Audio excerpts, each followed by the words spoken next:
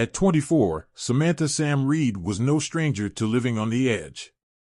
Her life as a stripper, working the night shift at Velvet Dreams, was a blur of bright neon lights, loud music, and the steady beat of danger that pulsed just under the surface of everything she did. In the small town of Crestview, the club wasn't much more than a hole in the wall, but it had its regulars, mostly grim-faced men with thick wallets and quick tempers. Sam wasn't proud of what she did, but it paid the bills. After escaping a dead-end job in retail and an abusive boyfriend, the club felt like a strange kind of freedom. But freedom came with its own price. On this particular night, a muggy Friday in late July, Sam was getting ready for her final set. Her body ached from dancing, and her mind buzzed with a mix of exhaustion and that familiar, unsettling feeling she couldn't quite shake off. She felt eyes on her, heavier than usual. Something was different tonight. As she reapplied her lipstick in front of the smudged dressing room mirror, Jess, another dancer, leaned in close. "Some guy's been asking about you," Jess said, her voice low and careful. Sam raised an eyebrow. "Asking about me? What do you mean?" Jess shrugged, but the concern in her eyes was unmistakable. "Just watch yourself. He's been staring since you got here. And he doesn't look like your average creep." Sam's stomach twisted slightly, but she shrugged it off. Creeps came with the territory. She was used to them, old men with too much money and too little self-respect, young guys with fantasies that had nothing to do with reality. But something about Jess's tone made Sam pause. "Thanks, I'll keep an eye out." Sam went back to her routine, slipping into her stage persona, a confident, untouchable woman who controlled the room with every sway of her hips. She was good at it, too. It helped her forget about the real world, if only for a little while. But as soon as she stepped onto the stage, the heavy weight of those eyes followed her. The club's dim lighting made it hard to see the faces in the crowd, but she felt it, a presence, cold and unnerving, watching her every move. Her performance was automatic, she knew her steps by heart. But her mind was elsewhere, focused on the strange feeling crawling up her spine. When her set ended, she quickly made her way off the stage, heading toward the back door for some air. As soon as the cool night air hit her, Sam exhaled, trying to shake off the unease. The alley behind Velvet Dreams was narrow and grimy, but it was quiet. It gave her a moment to breathe. Or so she thought. A shuffling noise echoed from the darkness at the far end of the alley. Sam's pulse quickened, but she forced herself to stay calm. It was probably just a stray cat or some drunk stumbling through the night. "Sam," a voice said, low and quiet, sending an icy shiver through her. She whipped around, her eyes scanning the shadows until she saw him. A man stood at the edge of the alley, partially concealed in the darkness. He was tall, wearing a black hoodie pulled low over his face, hands shoved into his pockets. "How do you know my name?" Sam's voice was steady, but her body tensed, every instinct screaming at her to run. He took a step forward, just enough for her to see his face, a man in his late 20s, sharp features, dark hair. She didn't recognize him. "I've been watching you," he said, his tone unnervingly casual. "For a while now." Sam's heart raced. She took a step back, edging closer to the back door of the club. "Look, man, I don't know who you are, but you need to back off." He smiled, but it didn't reach his eyes. "You can't hide in there forever. I know where you live, Sam. I know everything about you." The words hit her like a punch. Her breath caught in her throat, and for a moment she felt frozen in place.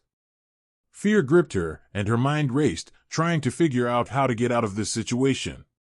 Without thinking, she bolted for the back door, her hand reaching for the handle. But before she could yank it open, a sharp pain exploded in her head, and everything went black.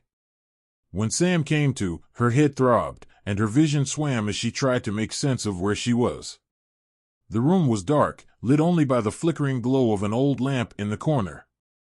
Her hands were tied behind her back, the rough rope digging into her wrists. Panic surged through her veins. She was in some kind of basement, cold, damp, and claustrophobic. The smell of mildew clung to the air, and the sound of water dripping echoed in the silence. Footsteps approached, slow and deliberate. The man stepped into the light, and Sam's stomach twisted with dread. "You're awake," he said, his voice soft, almost tender. "I didn't want to hurt you too badly." "Not yet." Sam glared at him, her mind racing for a way out. "What do you want?" He crouched down in front of her, his face inches from hers. "I've been watching you for months, Sam. You're special. You're not like the others." Her skin crawled at the way he said it, like he believed it.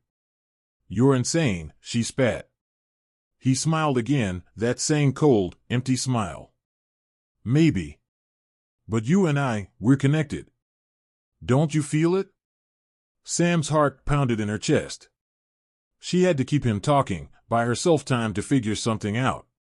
"I don't know you," she said, forcing her voice to stay steady. "You're just some stalker." His expression darkened, and he grabbed her chin roughly, forcing her to look at him. "No. You'll know me soon enough. We're going to spend a lot of time together." Sam's pulse raced, her mind screaming at her to fight, to run, to do anything to get away from him. But the ropes around her wrists were tight, and there was no way to slip free. The man stood up and walked over to a table in the corner of the room. He picked up something, a knife, glinting in the dim light. "I'm going to make you understand," he said, turning the blade over in his hands. "You'll see." Sam's breath hitched in her throat as she watched him approach, the knife gleaming in his hand. This was it. She had to do something, anything, to survive. Without warning, she threw herself sideways, using the momentum to knock over the chair she was tied to. The impact was jarring, but it loosened the ropes enough for her to wiggle her hands free. The man rushed toward her, but Sam was faster. She scrambled to her feet, adrenaline fueling her as she grabbed the nearest object, a metal pipe, and swung it at him with all her strength. The pipe connected with his head, and he staggered back, dazed. Sam didn't waste any time. She bolted for the stairs, her heart pounding in her ears. She could hear him behind her, stumbling, cursing, but she didn't look back. She threw open the door at the top of the stairs and ran into the night, the cold air hitting her like a slap. She didn't stop running, not until she saw the flashing lights of a police car in the distance. It took hours for the police to find him. By the time they arrived at the basement where Sam had been held, the man was gone, vanished into the night. But they found enough evidence, his makeshift torture chamber, his notebooks filled with details about her life, to know that he had been watching her for a long time. Sam left Crestview the next day, disappearing from the town and from her old life. She knew he was still out there, somewhere, watching. But she wasn't going to let him win. She would never stop looking over her shoulder. She would never feel truly safe again. But she was alive. And as long as she was alive, she would keep running, keep fighting.